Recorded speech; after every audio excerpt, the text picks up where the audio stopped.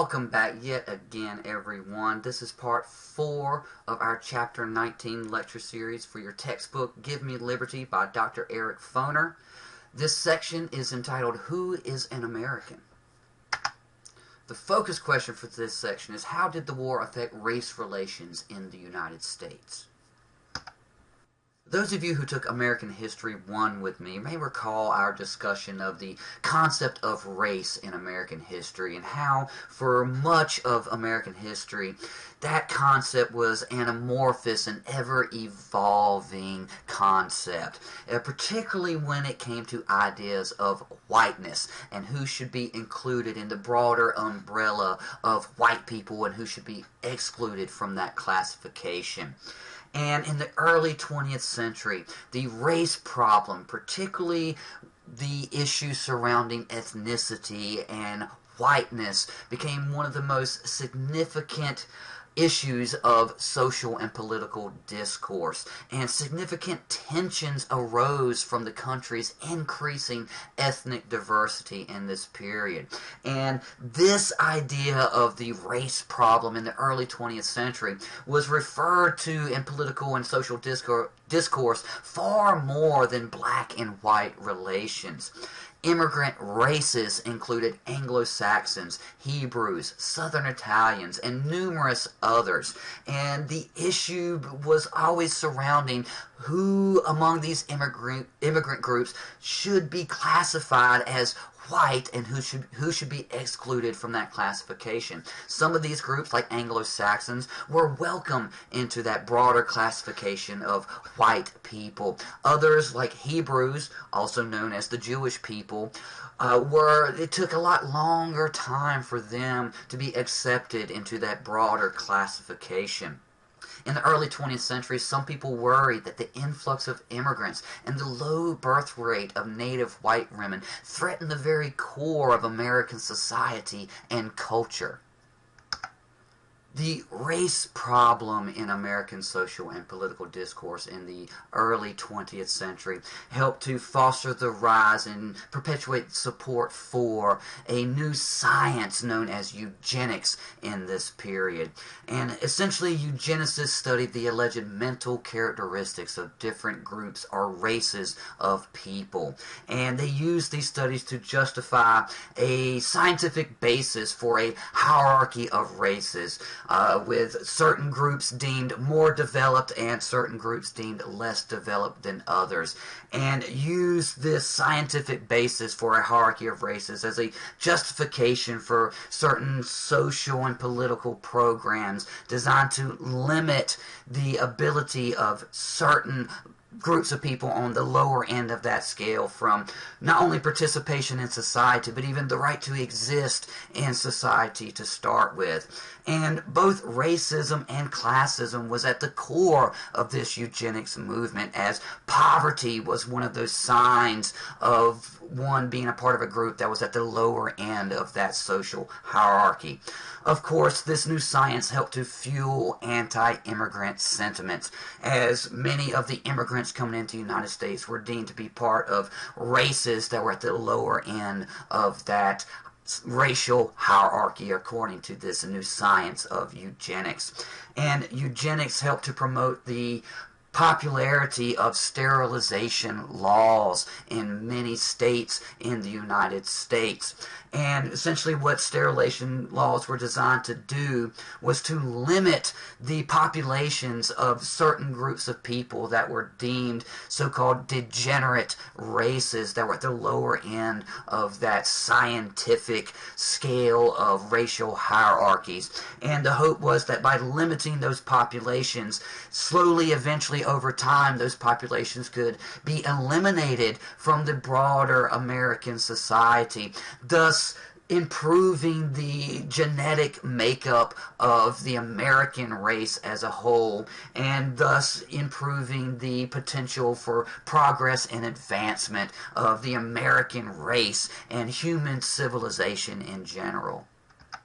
The concept of Americanization, or the creation of a more homogeneous national culture, first proposed and advocated for by President Theodore Roosevelt during his terms of office in the first decade of the 20th century, gained even greater traction during the period of World War I.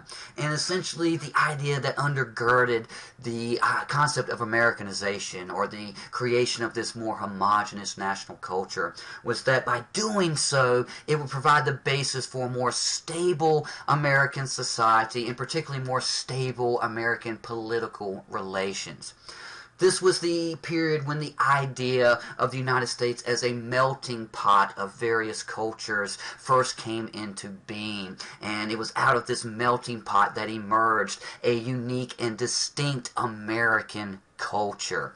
Now, Americanization programs often targeted women as the bearers and transmitters of culture. Women were typically the ones who raised the children and passed on their unique ideals to those children. So many of these Americanization programs targeted women in the hopes that they would pass on these American ideals to their children, and their children would grow up to be more distinctly American as a result. Some leaders of ethnic groups saw the war as a way to gain greater rights through expressions of loyalty to the United States. By accepting the tenets of Americanization and adopting American culture, they would then be more readily accepted into American society and gain the rights and privileges associated with that acceptance and American citizenship. Of course, Germany was the primary enemy of the United States and its allies during World War I, and as a result, the German-American population bore the brunt of Americanization efforts. German Americans were seen as a potential hotbed of treason or sedition or spying on behalf of Germany and its allies, and as a result, there were, substantial efforts to repress German language and traditions within America, both from outside the German-American population and from within as well. For example, many German Americans changed their last names to something more distinctly American. For example, from Braun to Brown, or from Schmidt to Smith, in order to subsume their German ethnicity and pass more easily as American within the society of the United States. And the anti-German crusade and the demonization of the German people and German culture fueled exclusionary thinking in this period. Exclusionary thinking and racist outlook was further fueled by the development of the IQ test in the early 20th century. The IQ test was first used during World War I in the military as a way to determine a soldier's fitness for a particular job within the military.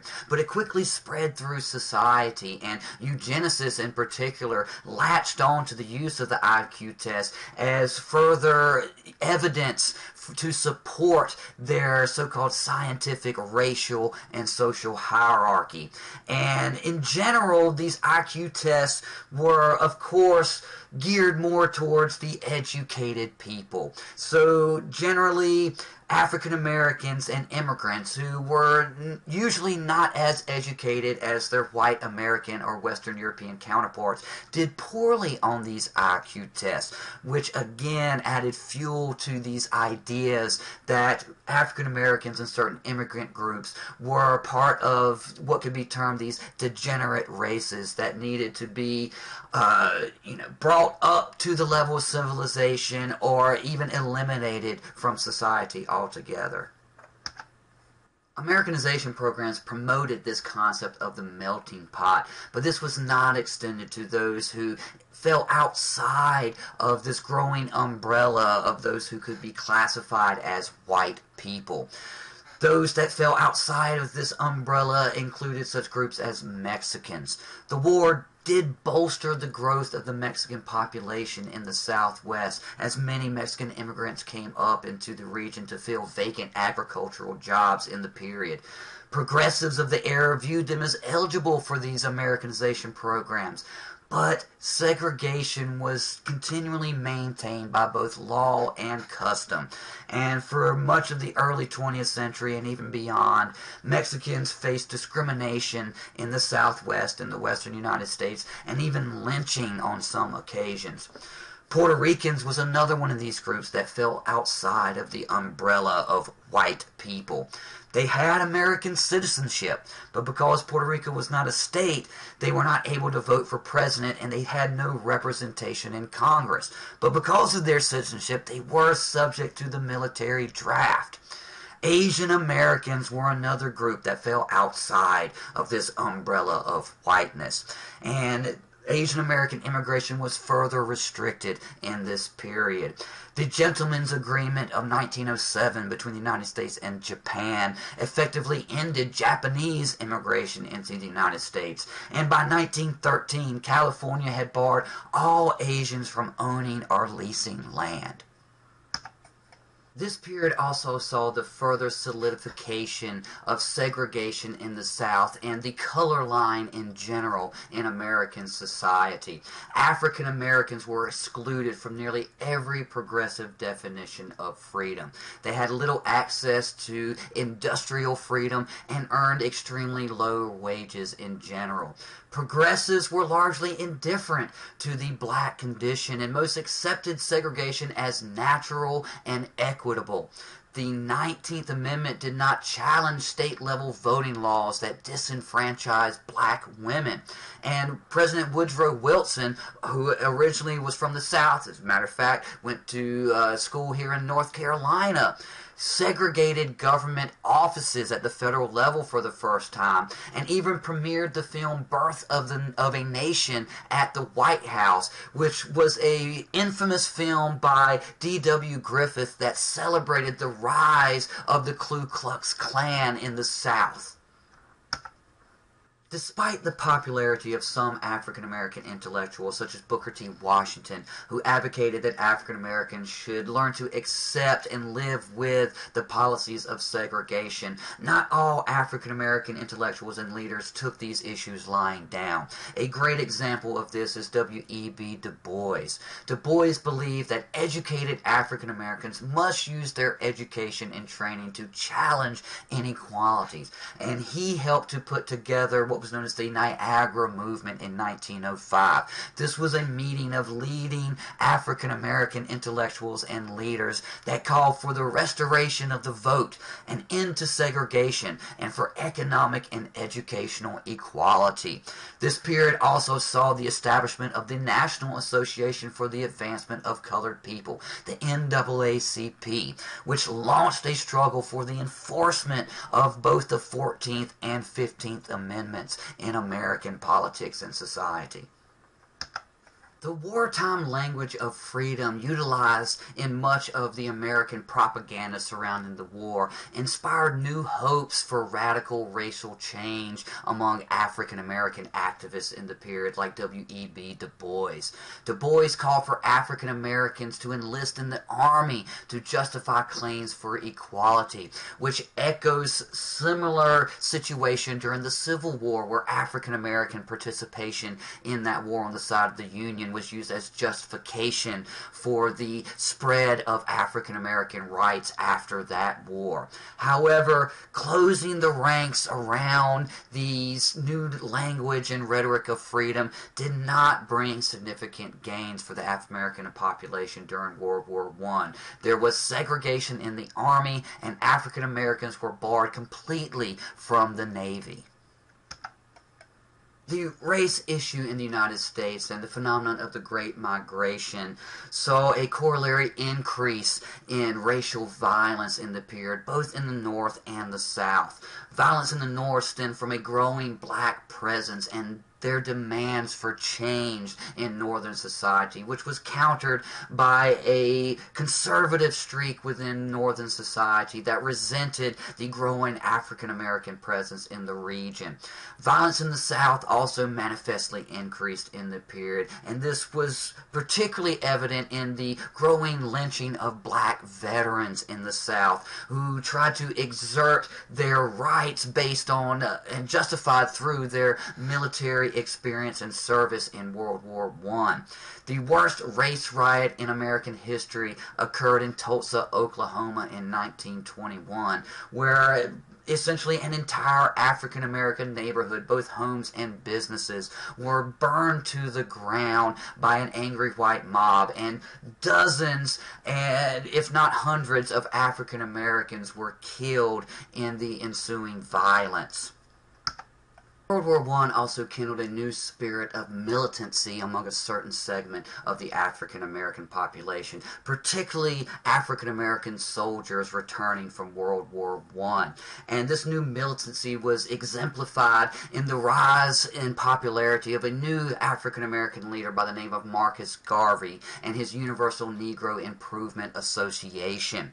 Now, Garvey and the Universal Negro Improvement Association advocated for a movement for African and African American independence and black self-reliance. And the rhetoric of militancy that undergirded their message put fear not only into the white population that feared a African American insurrection within the United States inspired by the militant rhetoric of Garvey and those like him. It also inspired fear in other African American leaders like W.E.B. Du Bois, who feared that the militant message of Garvey did much to undermine the other African American leaders' efforts to promote African American civil participation and political inclusion in the United States.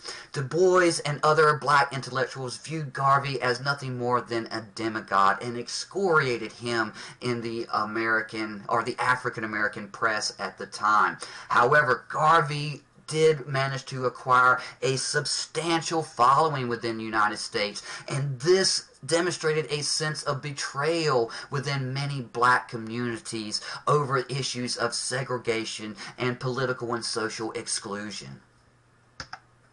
And that concludes part 4 of our lecture series for chapter 19 of your textbook. But don't go anywhere yet. There is one more part to come.